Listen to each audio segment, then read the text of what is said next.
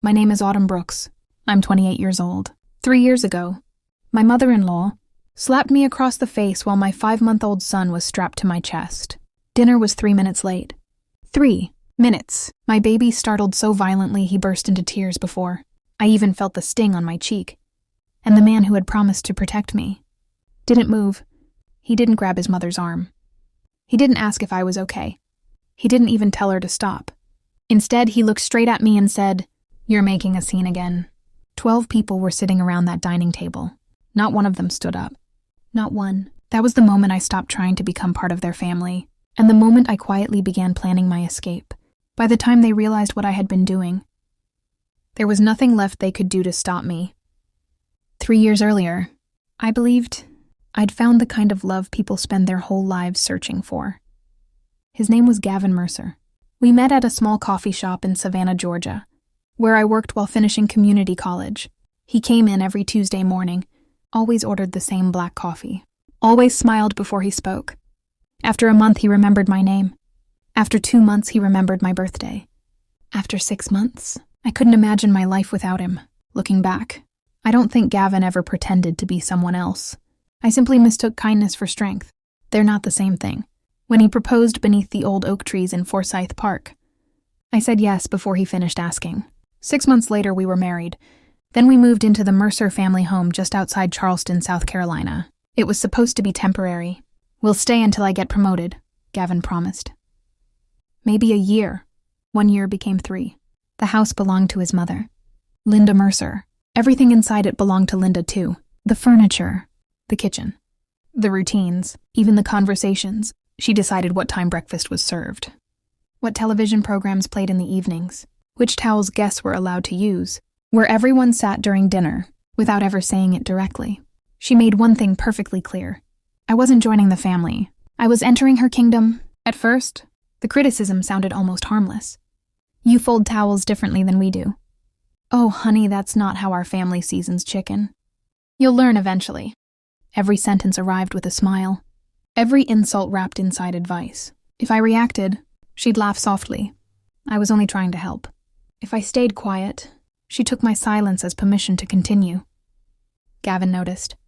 Of course he noticed. Every husband notices. The difference is what they choose to do afterward. Whenever I brought it up, he rubbed the back of his neck and sighed. "That's just Mom. She doesn't mean anything by it." "You're taking it too personally." Those became the 3 sentences that held our marriage together, until eventually, they tore it apart. There were moments I should have recognized as warnings. Our wedding was one of them. Linda insisted on choosing almost everything. The venue, the flowers, the caterer, even my dress. She said it was because my own mother had passed away years earlier and she wanted to help. At the time, it sounded generous. Now, I recognize it for what it really was. Control disguised as kindness. During the reception, she gave a toast. She spent nearly 5 minutes talking about Gavin, his childhood, his achievements, his future. Then she smiled politely at me. And of course, we're happy to welcome Autumn into the family. That was all. 1 sentence. Then she went straight back to another story about Gavin. Everyone laughed, including me. Sometimes you laugh because you don't yet realize you're watching the beginning of your own heartbreak. For the first year, I convinced myself things would get better. People always say marriage takes adjustment. I assumed this was what they meant. I was wrong. Adjustment is learning another person's habits. It isn't learning how much of yourself you have to erase just to keep the peace. Linda had an opinion about everything. The way I loaded the dishwasher, the way I ironed Gavin's shirts, the amount of garlic I used when I cooked, even the way I laughed. "You're very loud," she'd say with a tight smile. Ladies don't laugh like that. If guests were visiting, she'd wait until they left before criticizing me. If we were alone, she didn't bother waiting. Little by little, I started questioning myself. Maybe I really was too sensitive. Maybe marriage meant compromising more than I'd expected. Maybe if I tried harder, she'd finally accept me. She never did. Whenever I tried talking to Gavin, the conversation always ended the same way. She's from a different generation. She doesn't know how her words sound. You know she loves you in her own way. Love. That word became so overused in that house it eventually stopped meaning anything. Because people who love you don't spend every day making you feel unwelcome. Then I became pregnant. For the first time since the wedding, I allowed myself to hope. I imagined Linda would soften once she became a grandmother. I imagined Gavin would finally put our little family first. I imagined we'd move into our own home before the baby arrived. None of those things happened. Our son, Owen, was born on a rainy April morning, the moment they placed him in my arms. Everything changed. I loved him with a fierceness I didn't know I possessed. Linda loved him too, or at least, she loved the idea of him. Within days, she began calling him my baby. She redecorated the nursery without asking, rearranged the dresser, moved the crib, replaced the blankets I'd chosen. When church friends visited, she'd proudly carry Owen around, introducing him as, "This is my grandson." Sometimes, she forgot to introduce me at all. The newborn months were exhausting. Owen struggled with reflux. Some nights he cried for hours. I barely slept. I barely ate. I barely recognized the woman staring back at me in the bathroom mirror. One evening, he developed a fever. I hadn't showered in almost 2 days. I handed him gently to Gavin. "Can you hold him for 15 minutes? I just need a shower." Before Gavin answered, Linda walked into the hallway. "He has work tomorrow. You stay home. You're the mother. You can manage." I waited. I honestly believed Gavin would say, "No, Mom." Instead, he handed Owen back to me. "I'll help later." Later never came. I stood there holding my sick baby, watching my husband disappear down the hallway, and for the first time, I understood something terrifying. If I ever truly needed someone to stand between me and his mother, I was completely alone. A few weeks later, Linda developed a new hobby. Every Thursday afternoon, she invited neighbors and church friends over for coffee. Always during Owen's only reliable nap, she'd ask me to bake, serve coffee, refill cups, smile politely. Then she'd begin telling stories. "Oh, young mothers today have it so easy. Some girls just aren't natural homemakers. I suppose everyone learns eventually." The women laughed politely. Some even nodded. I stood there holding a serving tray, realizing they all believed she was talking about someone else. Not the woman standing 3 feet away. It wasn't gossip. It was something far more deliberate. She was quietly creating a version of me that everyone else would believe, long before I ever had the chance to tell my own story. By the time Owen was 5 months old, I no longer felt like a wife. I felt like unpaid staff living inside someone else's home. I cooked. I cleaned. I did the laundry. I cared for our baby almost entirely on my own. And somehow, no matter how much I accomplished, it was never enough. Gavin's promotion kept getting pushed back. Every few months his company promised, next review cycle, next quarter, next budget. Eventually he stopped talking about it altogether. Instead, he stayed later at work, sometimes until 9, sometimes until 10. When he finally came home, he was exhausted. Linda always had dinner waiting.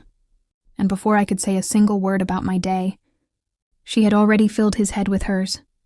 Autumn forgot to thaw the chicken. Autumn let Owen cry too long. Autumn burned the biscuits. Most of it wasn't even true, but repetition has a strange power. If someone hears the same story often enough, eventually they stop asking whether it's accurate. One afternoon, I overheard something I was never supposed to hear. Linda was on the phone with one of her church friends. She laughed softly and said, "I practically raised that little boy myself. If I left them alone for a week, they'd never survive." She wasn't joking. She believed it. That hurt more than I expected. Not because she insulted me, because she had completely erased me from my own son's life. The dinner that changed everything happened on a Saturday in October. Linda's older daughter and her husband were visiting from North Carolina. She invited neighbors, church friends, a retired judge who lived 2 streets over. By 6 o'clock, 12 people filled the dining room. Everything had to be perfect. Linda reminded me of that every 15 minutes. "The roast can't dry out. Don't forget the homemade rolls. Use the good serving dishes. And please, for once, be on time." I'd been awake since 4:30 that morning.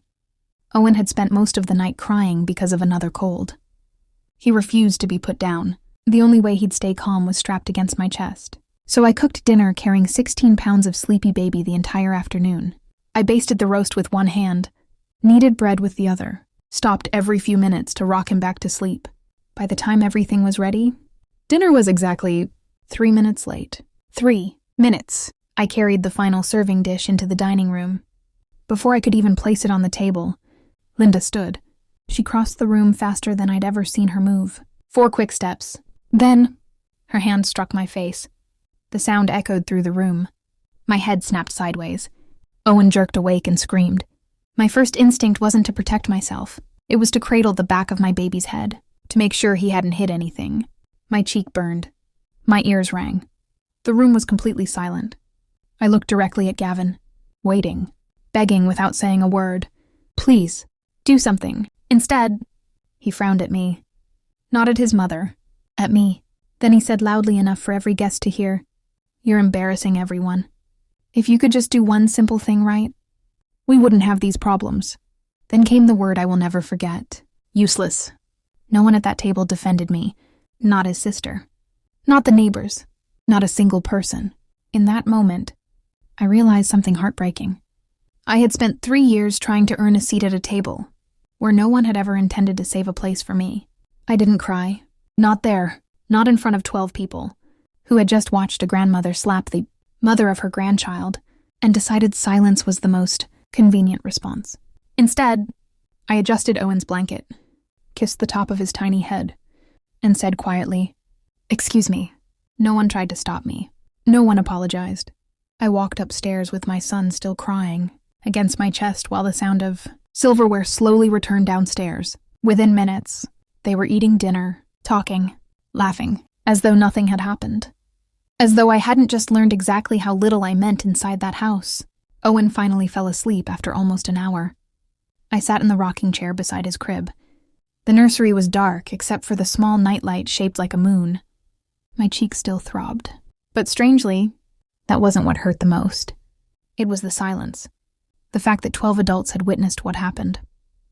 And every single one of them had chosen comfort over courage, including my husband. Especially my husband. Something changed inside me that night. Not dramatically, not all at once. It felt more like a fog lifting. For months, I'd been asking myself the wrong question. How do I make Linda like me? That night, I finally asked the right one. Why am I still trying? The answer came almost immediately. Because I kept hoping Gavin would eventually choose us. Me, his son, our family. But hope isn't a strategy. And love without protection eventually becomes another form of loneliness. What no one in that house realized was that I'd already started noticing things weeks before the dinner. Small things, odd things, the kind most people overlook. One afternoon, I was searching Linda's home office for Owen's insurance paperwork. She'd insisted on organizing all the family's important documents herself. "I know where everything is," she'd always say.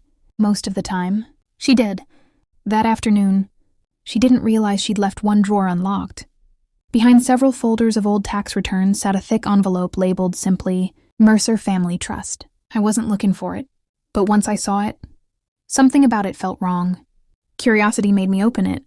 Inside were bank statements, letters, transfer confirmations, pages covered in handwritten notes.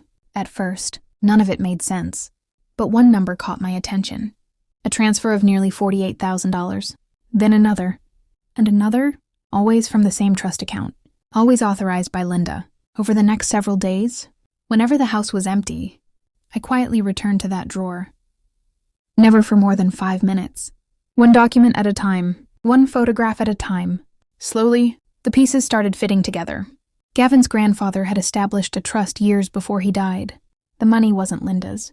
It belonged to Gavin. The trust was scheduled to transfer fully into his control when he turned 35. Just 4 months away. But according to the paperwork, large amounts had already disappeared. The transfers all led to the same investment company, a business I'd never heard of. I searched the name online one evening while Owen slept. Almost nothing appeared. No professional website, no proper licensing information. Just a mailbox address and a phone number that no longer worked. My stomach tightened. Something wasn't right. I didn't confront Linda. I didn't tell Gavin. Not yet.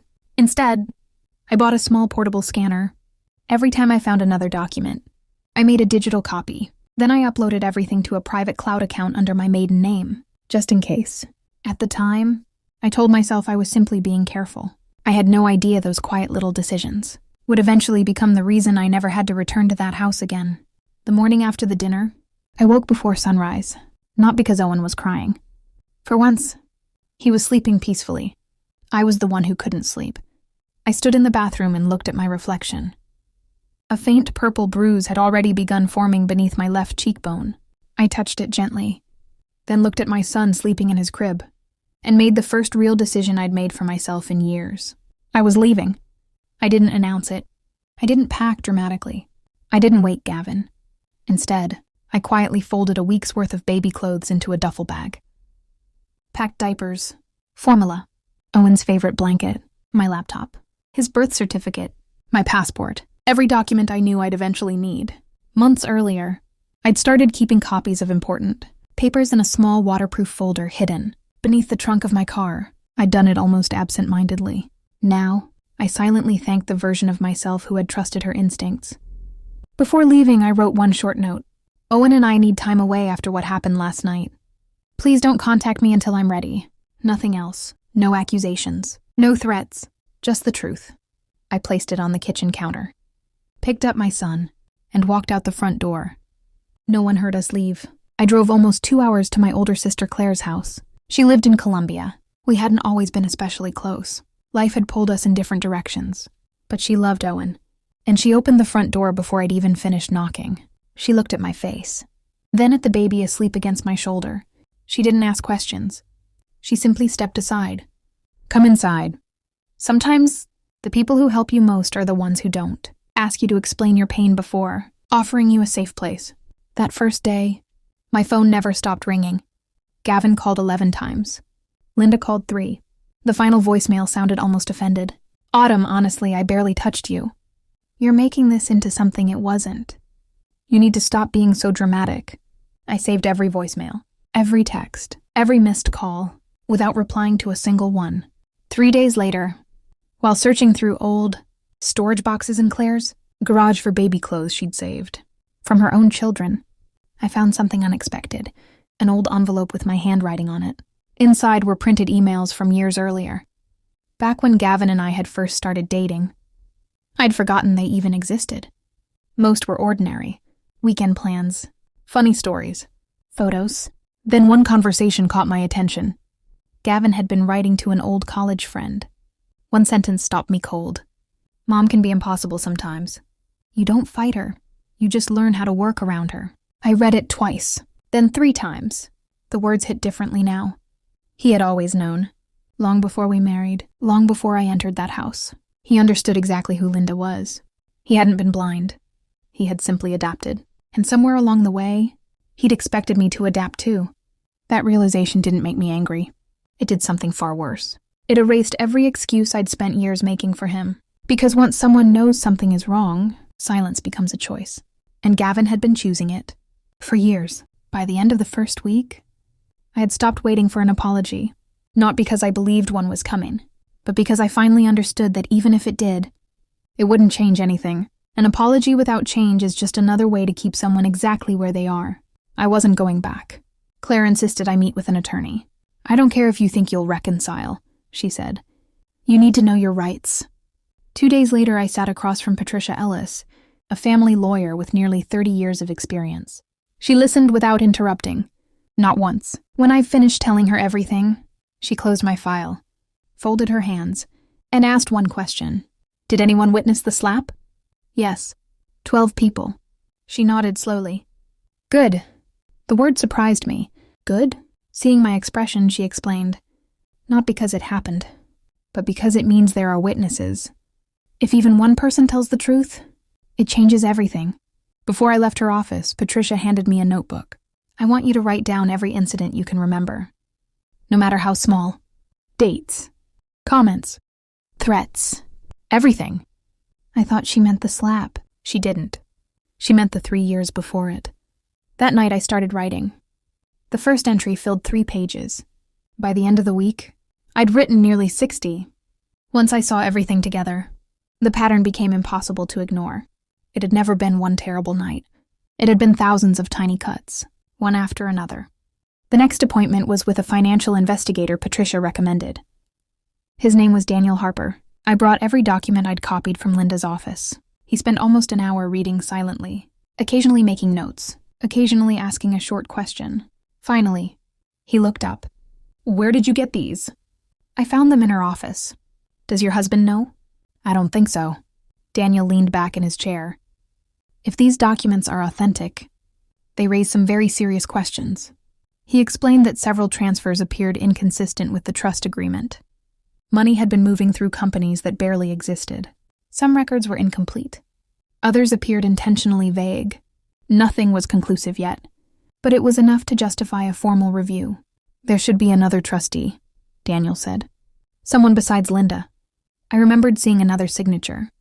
An unfamiliar name. Richard Mercer, Gavin's great-uncle, his grandfather's younger brother. According to Gavin, the family rarely spoke to him anymore. Linda always described him as difficult, bitter, someone who only cared about money. Daniel smiled faintly. Those are often the exact people you should speak to. That evening, I found Richard's phone number. I stared at it for almost 10 minutes before calling. A calm, older voice answered. I introduced myself. There was a long silence. Then he said quietly, I've been wondering when someone would finally contact me. I wasn't sure what he meant. He sighed. Your mother-in-law has been avoiding me for years. I've asked repeatedly to review the trust records. She always had an excuse. My heart started beating faster. He already suspected something. He just hadn't had proof. I think I have what you've been looking for, I told him. Another silence. Then, I believe we should meet. 2 days later, we met at a small cafe halfway between Columbia and Charleston. Richard looked nothing like the man Linda had described. He wasn't bitter. He wasn't angry. He was thoughtful, soft-spoken. He thanked me before I'd even handed him the folder. As he turned each page, his expression grew more serious. When he finished, he carefully closed the file, then looked directly at me. You've done the right thing. Those 6 words carried more reassurance than anything Gavin had said to me in years. For the first time since leaving that house, I felt something I hadn't felt in a very long time. Hope, not hope that my marriage could still be saved. That hope was gone. A different kind of hope. The kind that comes when you finally realize the truth no longer belongs only to the people who tried so hard to hide it. A week after meeting Richard, Gavin finally found me. Not through lawyers. Not through family. He simply showed up at Claire's house without calling. His car pulled into the driveway just as Owen was finishing his afternoon bottle. Claire looked through the window. You want me to tell him to leave? I thought about it, then shook my head. No, I'll talk to him. But outside, he looked exhausted. His tie was loose. His eyes were bloodshot. For a second, he looked like the man I'd fallen in love with years earlier. Then he opened his mouth. Autumn. I'm sorry. I should have stopped, Mom. I know that. I waited. He kept talking. I've been under a lot of pressure. Work has been insane. Everything just happened so fast. Excuses. Different words, same meaning. I know you don't want to come home today, he continued. But let's fix this privately. We don't need everyone involved. We can work through it. I studied his face. He still thought this conversation was about one slap. He still didn't understand. There isn't a home to go back to, I said quietly. His shoulders stiffened. What does that mean? It means I left long before I walked out that front door. Then I asked a question. One simple question. Gavin, do you know anything about your grandfather's trust?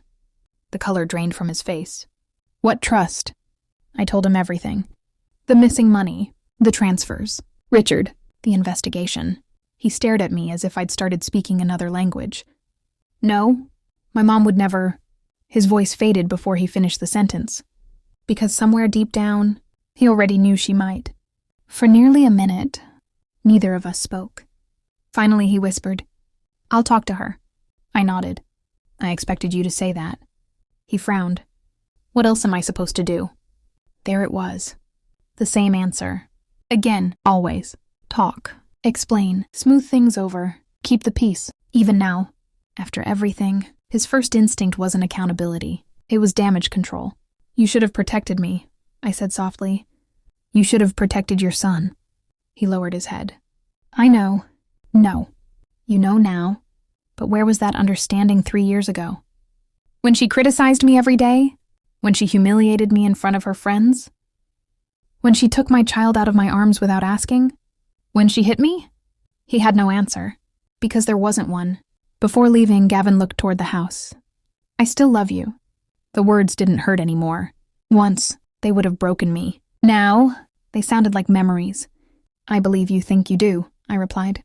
But love isn't staying silent while someone else destroys your family. It's choosing them. Every time. He looked at me for several long seconds, then quietly got back into his car.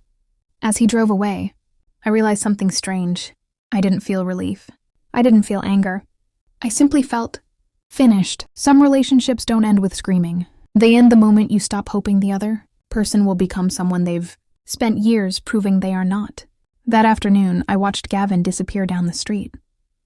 And for the first time since our wedding, I didn't wonder whether he'd come back. I wondered why I'd waited so long to leave. The investigation moved quietly, almost painfully quietly. Weeks passed without dramatic confrontations. No shouting, no surprise confessions, just lawyers, accountants, boxes of financial records, and people asking questions Linda had managed to avoid for years. The silence suited me. For the first time in a long time, I wasn't living in constant fear of someone else's temper. Linda, however, couldn't tolerate silence. When calling me stopped working, she tried another approach. She started calling Claire, leaving cheerful messages as if nothing unusual had happened. I just want to see my grandson. We're family. We shouldn't let one misunderstanding destroy everything. Claire never responded. Then Linda showed up outside Claire's office one afternoon. She waited in the parking lot for nearly an hour. When Claire refused to come outside, security asked Linda to leave. According to the guard, she insisted she was only trying to save her family. But even then, she never admitted she'd done anything wrong. After that, Patricia filed for temporary custody orders and requested that all communication go through legal counsel. Almost overnight, the phone calls stopped. The surprise visits ended. The quiet became permanent. It felt strange at first. Then, it felt peaceful. A month later, Richard called me. I think you should be present tomorrow. Present for what? The accountants have finished their review.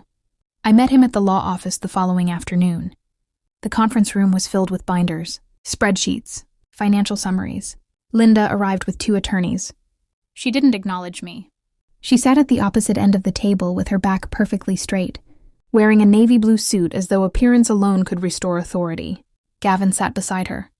He looked exhausted, older somehow, as if the last month had aged him years. The lead forensic accountant spoke for nearly an hour. He carefully explained every transfer, every withdrawal, every account, every inconsistency.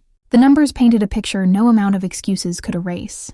Over 3 years, hundreds of thousands of dollars had been moved through shell, companies, and unauthorized investment accounts. Many of the transactions violated the trust agreement. Several had no supporting documentation at all. The room became impossibly quiet. Finally, one of Linda's attorneys asked if she wished to respond. She cleared her throat. I was protecting my son's future. Richard didn't even raise his voice. No, you were spending money that wasn't yours. She looked toward Gavin, almost expecting him to defend her. He didn't. For the first time in his life, he remained completely silent. Then something happened I hadn't expected. Richard turned toward me. Autumn, I believe there's someone else who should speak. The conference room door opened. A woman walked inside. It was Emily, one of Linda's oldest friends from church. She looked nervous. She sat down quietly before speaking. I've known Linda for 22 years. She paused. I also attended that dinner. Linda's face lost what little color remained. Emily took a slow breath. I watched her strike Autumn. I watched the baby cry. And I watched everyone, including Gavin, say nothing. I've regretted my silence every single day since. No one interrupted her. No one could. Because this time, the truth had more than one voice. Emily wasn't the only person who spoke that afternoon. 2 days later, another witness came forward. Then another. People who had spent years nodding politely at Linda's dinner parties suddenly remembered details they had once convinced themselves weren't important. One neighbor admitted she'd often heard Linda belittle me when no one else was paying attention. Another confessed she'd always wondered why. I looked so anxious whenever guests arrived. The story Linda had spent years carefully constructing was beginning to collapse under the weight of the truth. The legal process wasn't dramatic. It was slow, methodical, almost boring at times, which, Patricia reminded me, was exactly how real justice usually worked. It's not television, she smiled. It's paperwork. And there was a lot of paperwork. Bank records, witness statements, financial reports, medical photographs of the bruise on my face, copies of Linda's voicemails insisting she'd barely touched me. Every document told the same story. Not one explosive moment, but years of control, years of emotional abuse, years of silence. 3 months after I left, the mediator issued his findings. Linda had violated the trust agreement. She was ordered to repay a substantial portion of the money she'd transferred without authorization. The investment advisor she'd worked with was referred to state. Regulators after investigators discovered he had been operating without the licenses required to manage trust assets. Richard assumed full oversight of the remaining funds until the matter was completely resolved. For the first time in years, the Mercer family trust actually belonged to the person it had always been intended to protect, not the person who believed she owned everything around her. Outside the courthouse, reporters weren't waiting. There were no television cameras, no dramatic headlines. Real life rarely looks that way. But in Charleston, news travels quickly, especially in neighborhoods where everyone knows everyone else's business. Within weeks, the invitations stopped arriving at Linda's house. The church committee quietly replaced her. Neighbors who had once praised her generosity suddenly avoided eye contact at the grocery store.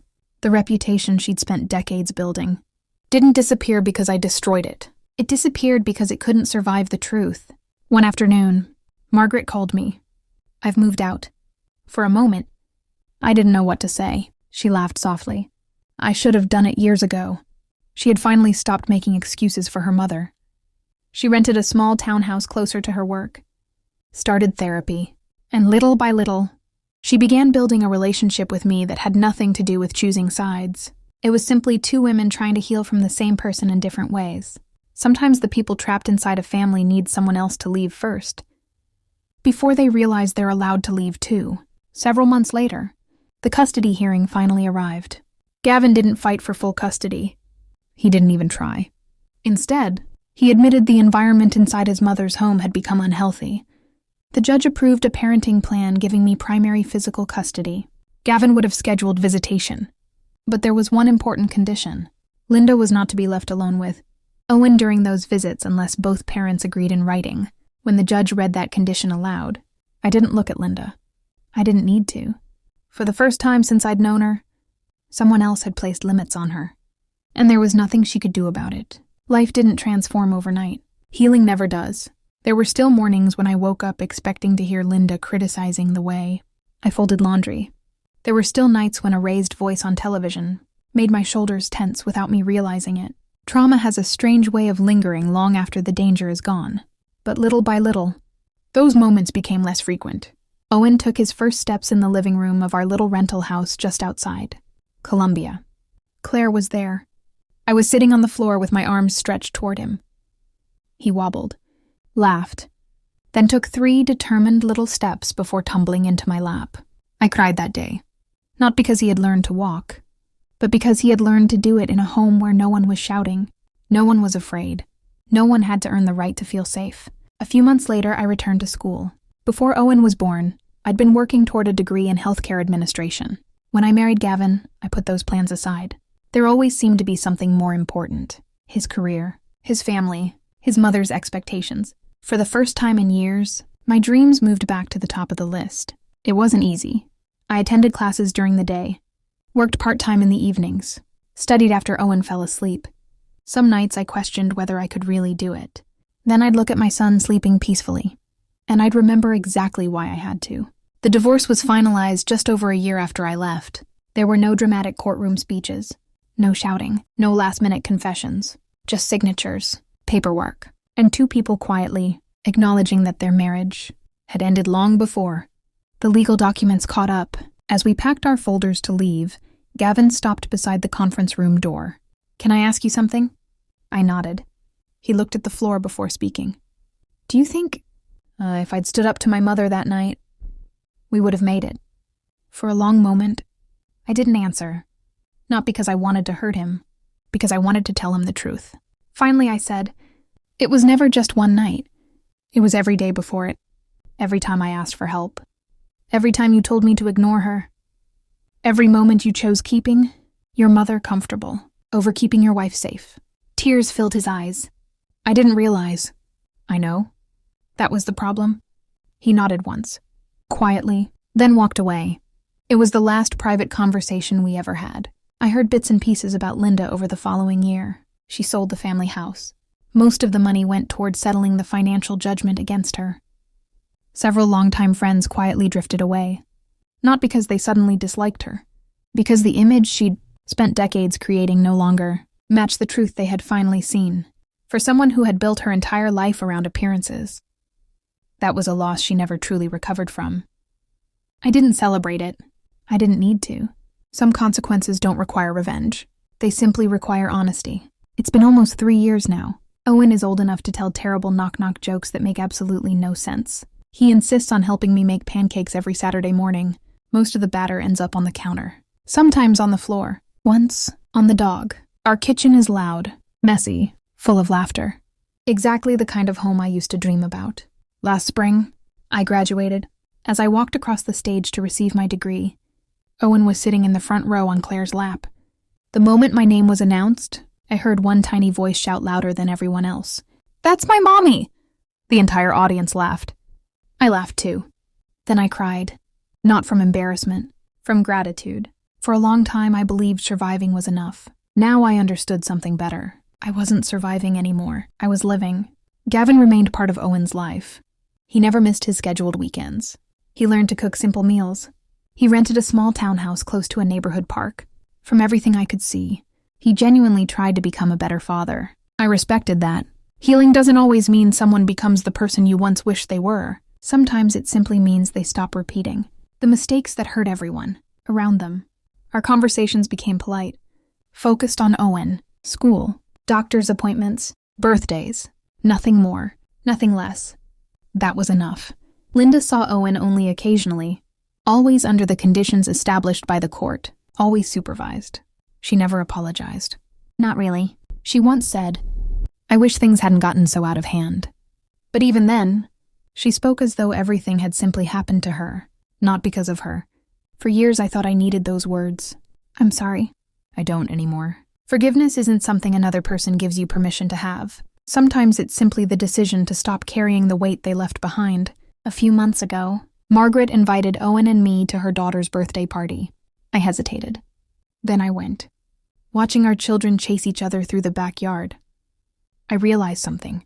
Families don't have to be perfect. They don't even have to stay together. But they should make you feel safe. If they don't, you're allowed to build a new one. Margaret hugged me before we left. Quietly, she whispered, "You leaving saved more than just yourself." I knew exactly what she meant. Sometimes people ask if I regret walking away. They wonder whether I should have tried one more conversation, one more counseling session, one more chance. The answer is always the same. No, because I didn't leave after one slap. I left after years of being told my pain mattered less than everyone else's comfort. I left after realizing that my son was growing up believing silence was what love looked like. That was the legacy I refused to pass on. The bruise on my cheek disappeared within days. The fear took much longer, but neither lasted forever. Every morning I wake up in a home where no one raises a hand in anger. No one measures my worth by how perfectly dinner is served. No one expects me to disappear so they can feel important. Owen is growing up watching kindness instead of control, respect instead of fear, and that's the greatest victory I could have imagined. Looking back now, I understand something I couldn't see while I was trapped inside that house. Leaving wasn't the moment my life fell apart. It was the moment it finally began. If someone who claimed to love you stood by while another person broke your spirit day after day, how many chances would you have given them before choosing yourself?